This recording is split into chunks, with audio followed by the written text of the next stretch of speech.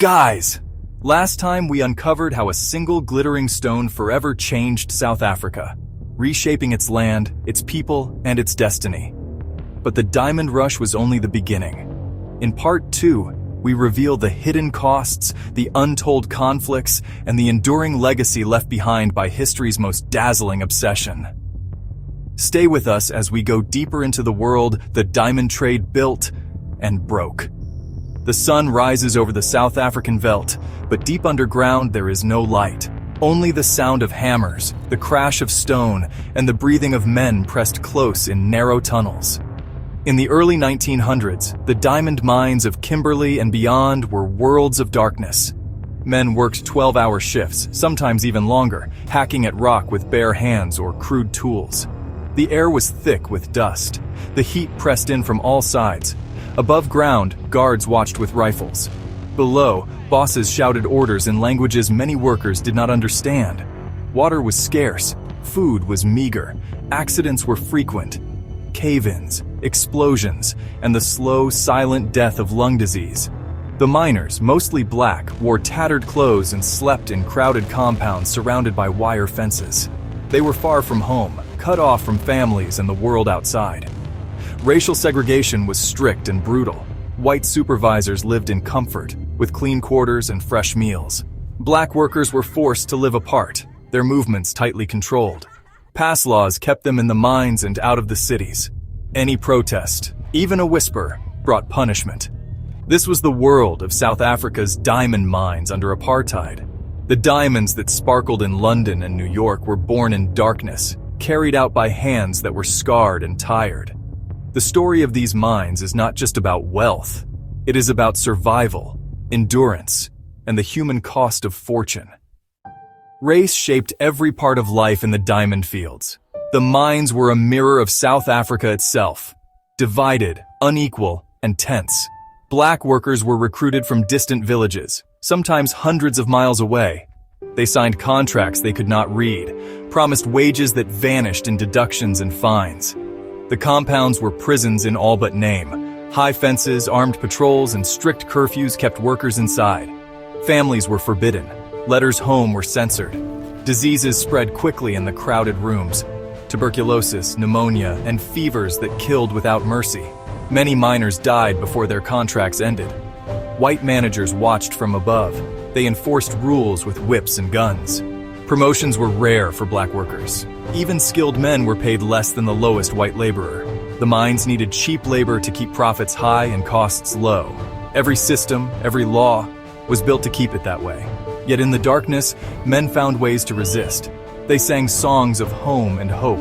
They shared food and stories. Some learned to read and write, passing knowledge from one to another. Even in the hardest times, dignity survived. The color line was drawn in stone, but it could not crush the spirit of those who crossed it each day. Listen to the voices from the mines. Sifo, a miner from the Eastern Cape, remembers his first day underground. It was like entering a grave, he says. No light, only the sound of picks and coughing. I was afraid, but I could not show it. Sifo worked for 10 years, sending money home to his wife and children. He saw friends buried alive and others crippled by falling rocks.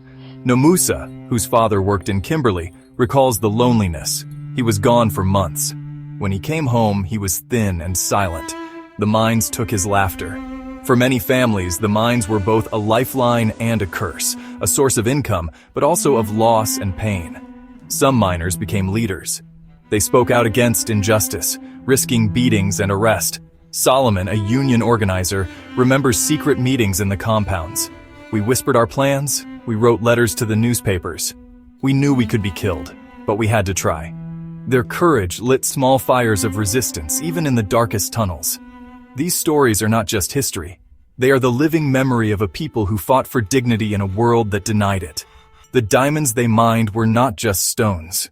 They were pieces of their lives cut and polished by struggle. The mines were not silent for long. By the early 20th century, workers began to organize. Secret societies turned into unions. The Industrial and Commercial Workers Union, or ICU, spread across the diamond fields, calling for better pay and safer conditions. Strikes broke out, sometimes met with violence. Police fired on crowds. Leaders were jailed or exiled. Still, the movement grew. In the 1940s and 1950s, the African National Congress and other groups joined the fight. They spoke not just of wages, but of freedom, an end to past laws, to forced labor, to apartheid itself. The mines became battlegrounds, where hope and fear collided. De Beers, the giant of the diamond world, tried to crush resistance. They hired private guards and spies. They blacklisted troublemakers. But the world was watching. Newspapers reported on the strikes. International voices called for change. In the end, the struggle could not be stopped. Laws changed, slowly. Unions won the right to bargain. Black workers gained a voice, though the cost was high. The mines were forever changed by the courage of those who dared to resist. De Beers was more than a company. It was an empire. Founded by Cecil Rhodes in the late 1800s, it controlled nearly every diamond mine in South Africa. By the 1900s, De Beers set the price of diamonds worldwide. It decided who could dig, who could sell, and who would profit. The company's power shaped the lives of millions. De Beers built towns, hospitals, and schools, but only for whites. Black workers were given the bare minimum. The company argued this was for their own good. In truth, it was about control. De Beers wanted order, obedience, and profit. Critics spoke out. Some called De Beers a monopoly, a cartel, a thief of Africa's wealth. Others pointed to its role in upholding apartheid. The company's leaders denied responsibility. "We are only businessmen," they said. But the facts told a different story. De Beers' profits soared while miners struggled to survive. Yet even giants can be challenged. As the world changed, so did De Beers.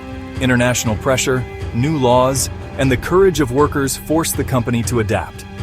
The story of De Beers is a lesson in power, and in the limits of power when people demand justice. The world could not ignore South Africa's diamonds forever. By the 1970s and 1980s, global outrage over apartheid was growing.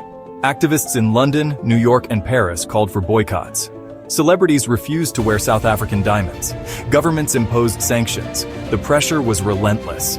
Inside South Africa, change was slow but unstoppable. Laws began to shift, past laws were repealed. Black South Africans gained the right to vote. The mines, once symbols of oppression, became testing grounds for a new society. International watchdogs arrived, inspecting conditions and demanding reforms. De Beers and other companies had to respond. They improved safety, they raised wages, they opened management positions to Black South Africans. It was not enough for many, but it was a start. The diamonds that once funded apartheid were now helping to break it. The world's eyes were on South Africa. Change, once unthinkable, was now a reality. But the legacy of the past would not vanish overnight. Today, South Africa's diamond mines are different, but not unrecognizable. The colonial mine, famous for the world's largest diamond, still operates. The Venetia mine, deep in Limpopo, is the country's richest.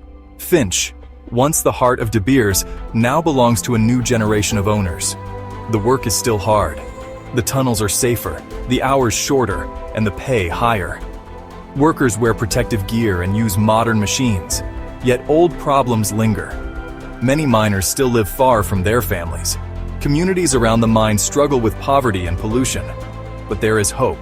Some mines now invest in schools, clinics, and clean water. Local businesses supply food and equipment. Women, once barred from the mines, now work as engineers and managers. Change is slow, but it is real. The diamonds of today are not just stones. They are symbols of a country still healing, still struggling, but moving forward. The mines are no longer prisons. For many, they are places of opportunity and of memory. Regulation has become the new watchword. The South African Diamond and Precious Metals Regulator, or SADPMR, oversees every step, from mine to market. The Kimberley Process Certification Scheme was created to stop blood diamonds, stones mined in war zones and sold to fund violence. Every diamond exported from South Africa must be certified conflict-free. Black economic empowerment policies aim to correct the injustices of the past. They require companies to hire, train, and promote Black South Africans. Mines must invest in local communities and share profits more fairly. The rules are strict and the penalties for breaking them are severe. These changes have made a difference. More Black South Africans own shares in mining companies. More children go to school, and more families have access to health care. Yet enforcement is not perfect. Corruption and loopholes remain. Still, the system is stronger than before. South Africa's diamonds are now among the most regulated in the world. The legacy of exploitation is not erased, but it is being challenged. One law, one inspection, one new opportunity at a time. The world of diamonds is changing fast. Ethical concerns are at the center of the industry. Consumers want to know where their stones come from and who mined them. Fair trade diamonds, certified by independent groups, are gaining ground. These stones promise living wages, safe conditions, and respect for workers' rights. Technology is also transforming the market. Lab-grown diamonds, made in factories, are nearly identical to natural stones. They are cheaper, cleaner, and free from the scars of history. Some experts say they are the future. Others argue that real diamonds with their stories and struggles will always be valued. Activists like Thandi, a former miner, speak out for justice. A diamond should not cost a life, she says. We must remember the past and build a better future. Industry leaders agree, at least in public. They invest in new technologies and support fair trade, but challenges remain. The fight for ethical diamonds is not over. Smuggling, corruption, and poverty still haunt the industry. But there is also hope, new voices, new tools, and a new sense of responsibility. The diamond's future is unwritten, shaped by those who dare to dream. South Africa's place in the world diamond trade is secure. It is still among the top producers, its stones prized for their beauty and size. But the real legacy of South Africa's diamonds is not measured in carats or dollars. It is found in the stories of those who mined, fought, and changed the industry forever. The journey from darkness to light has been long. The scars of apartheid and exploitation remain, but so does the spirit of resistance. Today's miners, activists, and leaders carry forward the hopes of those who came before. They demand justice, dignity, and a share in the wealth that lies beneath their feet. South Africa's diamond story is not just about wealth. It is about people, their struggles, their dreams, and their triumphs. It is a story of pain, but also of progress, of history, but also of hope. As the world looks to new sources and new technologies, South Africa's diamonds still shine. They remind us that every stone has a story, and that the greatest treasure is not what we find in the earth, but what we build together above it. If you enjoyed this journey into the hidden truths of South Africa's diamond legacy, don't forget to hit that like button, subscribe for more amazing history and mysteries from around the world, and ring the bell so you never miss an adventure. Thanks for watching.